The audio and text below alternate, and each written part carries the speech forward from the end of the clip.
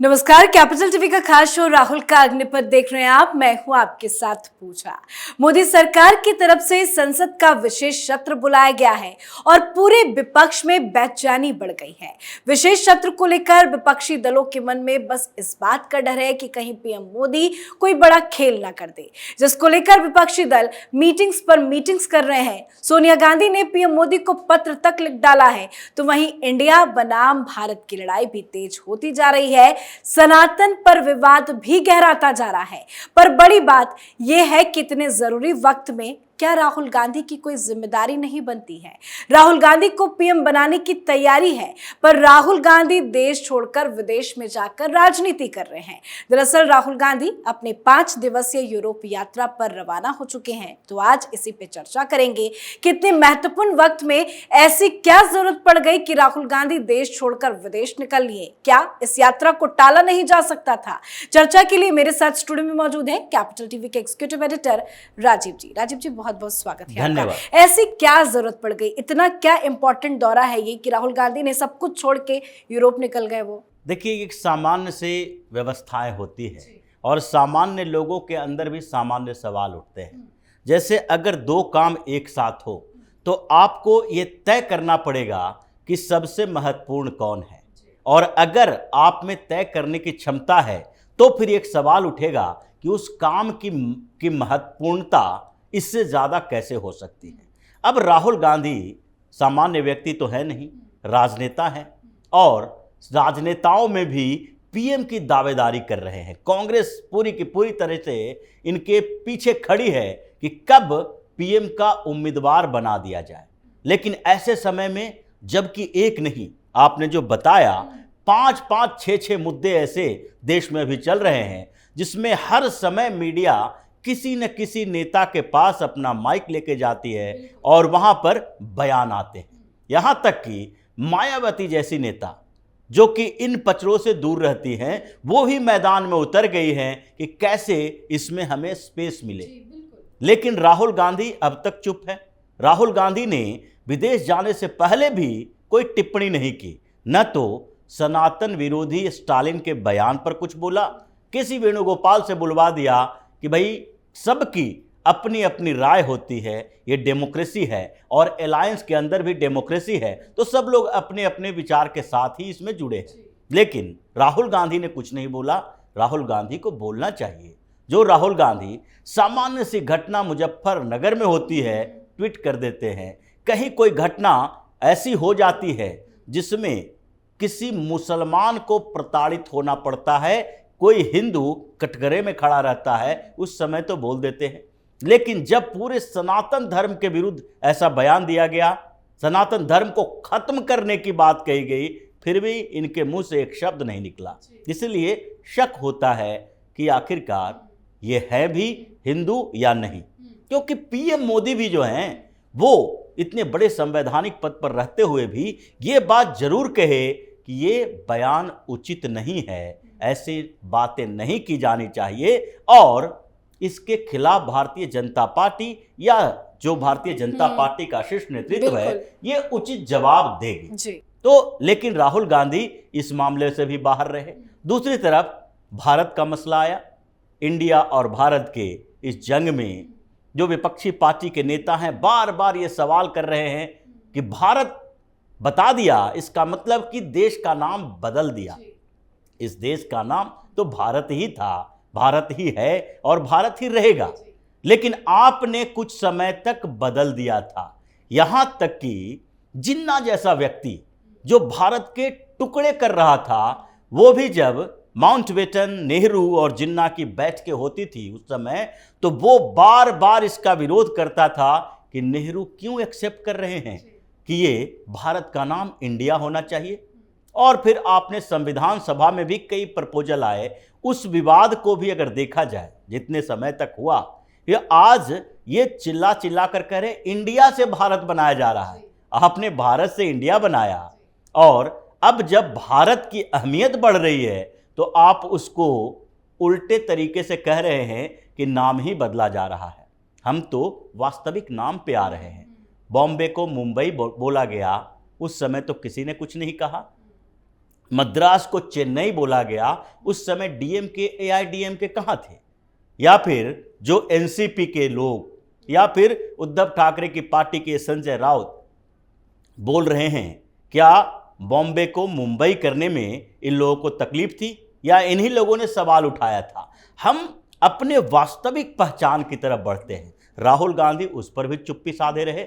इस मामलों को लेकर रात भर सोनिया गांधी और मल्लिकार्जुन खड़गे दौड़ते रहे जी।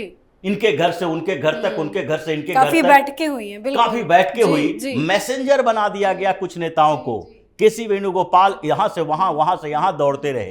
पूरी बैठकों के दौरान मल्लिकार्जुन खड़गे के पसीने छूट रहे थे जब जातीय जनगणना के सवाल पर डेरेक ओब्रायन ने कह दिया, हम कोई रिजोल्यूशन लाने के पक्ष में नहीं है, ये आप लोगों का मसला है, जातीय जनगणना पश्चिम बंगाल में नहीं होगा, हमने इस मुद्दा उठाया ही नहीं। समाजवादी पार्टी तैयार, कांग्रेस इन लोगों के पीछे पीछे, यहां तक कि राजद, जदयू, इन लोगों में बहस इतनी हुई कि मल्लिकार्जुन खड़गे को खड़ा होकर बीच बचाव करना पड़ा। राहुल गांधी उससे भी गायब। सोनिया गांधी के घर पर 10 जनपद पर बैठक हुई। राहुल गांधी अभी कहाँ रह रहे हैं? उसी 10 जनपद में रह रहे हैं। अभी तक तो नया घर लिया नहीं है। फिर भी उस मीटिंग में वो नहीं पहुंचे, लेकिन ये तैयारी कर रहे थे विदेश जाने का। रात भर तैयारी किए, इन मीटिंग से दूर रहे और यूरोप की तरफ चले गए। अब सबसे बड़ा सवाल तो यही है कि क्या यहाँ की राजनीति से ज़्यादा महत्वपूर्ण उनके लिए विदेश है? अब इसमें 2 सवाल उठते हैं। यही सवाल विपक्ष के नेता भी उठा रहे हैं। विपक्षी पार्टियों के इस गठबंधन में सब लोगों का कहना है कि जिस राहुल गांधी की पैरवी कर रहे हो तुम, ये ऐसे ऐसे मौके पर विदेश भाग जाता है और वहां से विवाद लेकर आता है। हर बार जब विदेश जाता है एक विवाद लेकर आता है, और हम कैसे अतार्किक चीजों को अपने तर्क से सीधे तरीके से बचाव करते रहे। बिल्कुल, कब तक करते रहे? तुम्हारी पार्टी का नेता है, तुम करो। इस बार अगर कुछ ऐसी बातें हुई, हम लोग बचाव नहीं करेंगे। इसलिए विपक्षी पार्टियों के नेता भी इस बात पर नाराजगी दिखा चुके हैं कि ये बार बार यूरोप क्यों जाता है। ऐसा तो है नहीं कि दूसरी पार्टियों के नेता नहीं हैं। टीएमसी के नेता तो नहीं जाते, ममता बनर्जी तो नहीं जाती, मुख्यमंत्री है, और कोई नेता इतना विदेश दौरा नहीं और एक करता। सवाल सर ये भी खड़ा होता है कि इतने महत्वपूर्ण टाइम में ये तो जो दौरा है उसको टाला भी तो जा सकता था। बिल्कुल यही बात है कि टाला जा सकता था, नहीं टाला गया।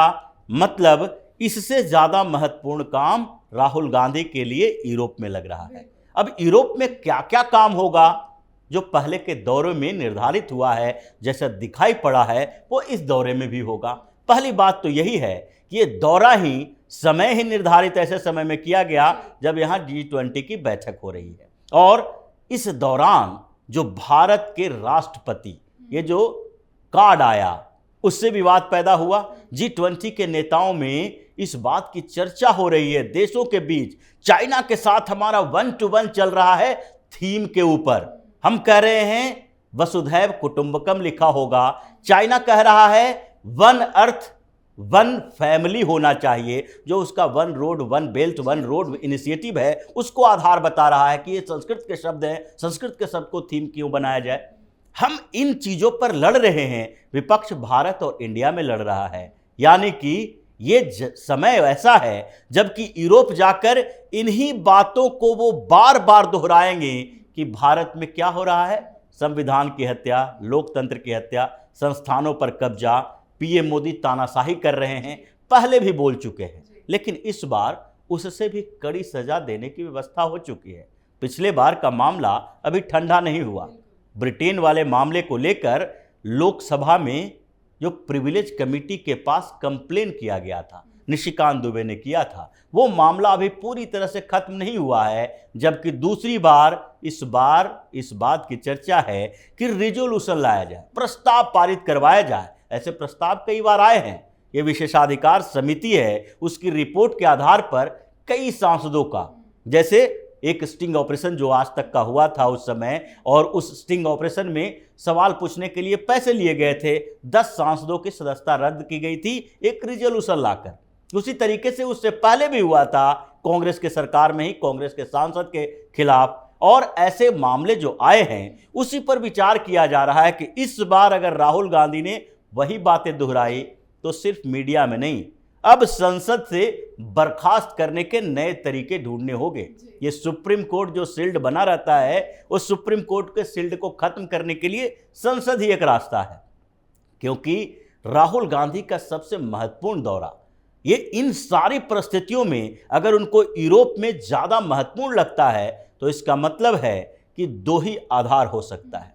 एक आधार जो राहुल गांधी कांग्रेस मिलकर देश के लिए फंड जुटाने के लिए, चुनाव जीतने के लिए, ये जो विदेशों से विदेशी पार्टनर के साथ कॉन्स्पिरेसी करते हैं, वो यहाँ पर नहीं कर सकते। यहाँ करेंगे आईबी की नज़रों में आ जाएंगे। जैसा कि भारत जोड़ो यात्रा के समय एक दो लोग इनके शामिल हुए, सोरोस के लोग शामिल हुए, आईबी ने रिपोर्ट दे दी, सब कुछ सामने आ गया। उसी तरीके से वो वहाँ जाकर उन लोगों के साथ सीक्रेट मीटिंग करेंगे, बैठकें करेंगे। और दूसरा, जो पिछली बार भी हुआ, हर बार होता है, वहाँ भी 4 मीटिंग और उसके बाद 4 मीटिंग के बाद राहुल गांधी गायब। और गायब जो होते हैं वो तो उनका अय्याशी का अड्डा जहां जहां है उन जगहों पर देखा जा सकता है। पिछली बार कैसे संजोग से एक वीडियो आ गया जिसमें दिखाई दिया कि राहुल गांधी किसके साथ कहां बैठे हुए हैं, रेस्तरां में क्या कर रहे हैं। अब वो 2 आधार ऐसे हैं जिसमें इनको सब कुछ त्यागने का मन करता है।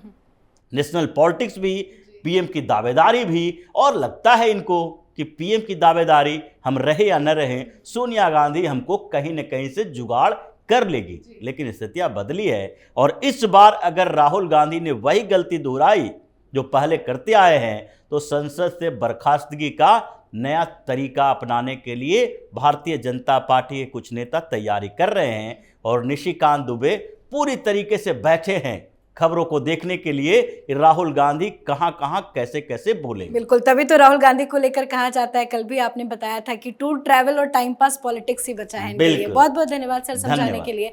तो राहुल गांधी की यही हरकत कई तरह के सवाल खड़े करती है। राहुल गांधी की राजनीतिक गंभीरता पर सवाल खड़े होते हैं। वो राजनीति में कितने सक्रिय हैं ये तो आप अब अच्छे से जान चुके होंगे, लेकिन सवाल बहुत महत्वपूर्ण है कि इतनी राजनीतिक हलचल के बीच आखिर ऐसी क्या जरूरत पड़ गई कि राहुल गांधी को विदेश जाना पड़ा। राहुल गांधी अब 11 सितंबर को भारत लौटेंगे। वो 5 दिनों तक यूरोप का दौरा करेंगे। इस दौरान वो कई हस्तियों और प्रवासी भारतीयों से भी मुलाकात करेंगे।